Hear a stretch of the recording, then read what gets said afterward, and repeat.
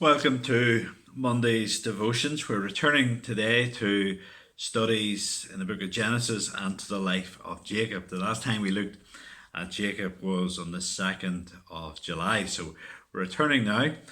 We're in Genesis chapter 30 and we're looking at verses 25 to 43. And I'll just read the first part of that. So Genesis 30 and verse 25.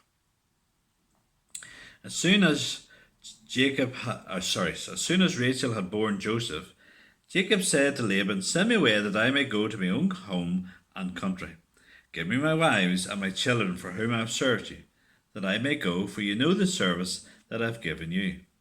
But Laban said to him, If I have found favour in your sight, I have learned by divination that the Lord has blessed me because of you. Name your wages, and I will give it. Jacob said to him, You yourselves know how I have served you, and how your livestock has fared with me. For you had little before I came, and it has increased abundantly. And the Lord has blessed you wherever I turned. But now, when shall I provide for my own household also? He said, What shall I give you? Jacob said, You shall not give me anything if you will do this for me. I'll again pass your flock and keep it. Let me pass through all your flock today, removing from it every speckled and spotted sheep, and every black lamb, and the spotted and speckled among the goats, and they shall be my wages. So my honesty will answer for me later. When you come to look into my wages with you, every one that is not speckled and spotted among the goats, and black among the lambs, if found of me, shall be counted stolen. Laban said, Good, let it be as you have said. But that day Laban removed the male goats that were striped and spotted, and all the female goats that were speckled and spotted, every one that had white on it, and every lamb that was black, and put them in charge of his sons. And he set a distance of 3 days' journey between himself and Jacob pastured the rest of Laban's flock. Amen. This family that Jacob is part of is a dysfunctional family in many ways. We have saw the contest early in this chapter between Leah and Rachel, who could have the most children. It wasn't the way a family is meant to be. And here we see that Jacob, whose name basically means schemer, he is meeting someone who is equally as much of a schemer as he is. And they enter into a battle of deception with each other.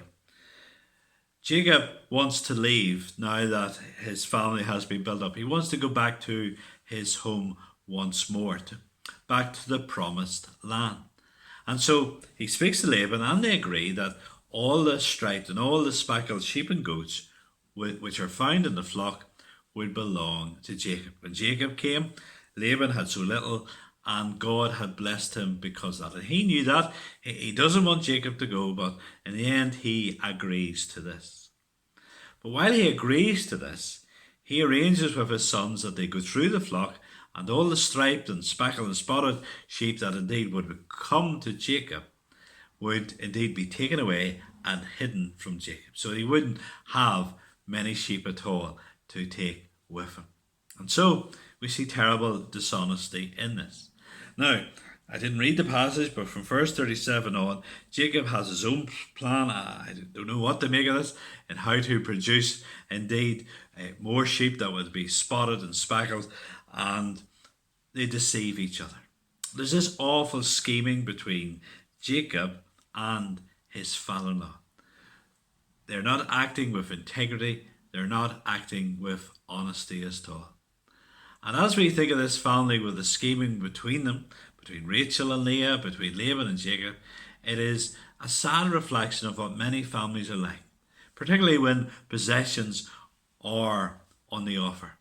And the root problems why these problems arise within families is selfishness. Sin means they're immersed in themselves and they have a lack of trust in God and in God's ways. James 4 says this, What causes fights and quarrels among you? Don't they come from your desires that battle within you?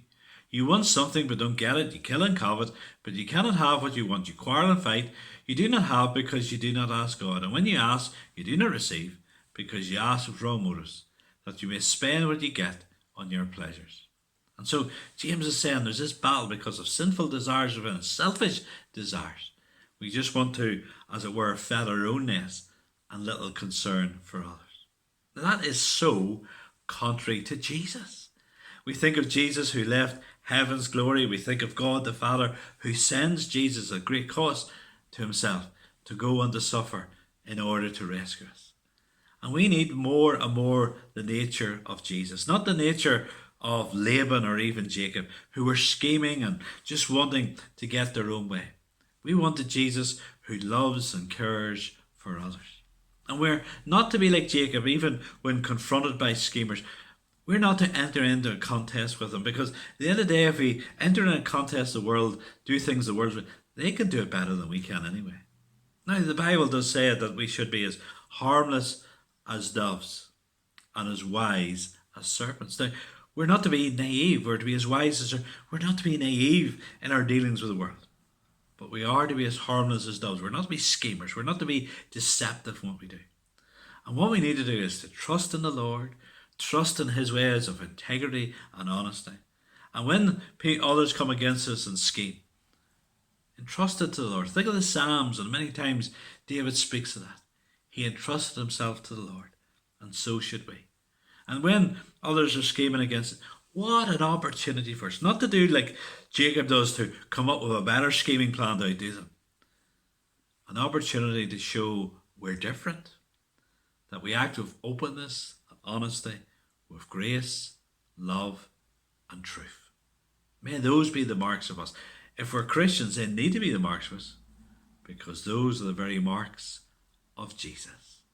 May we know Jesus in us, his salvation, his grace, helping us to walk in his ways. Amen.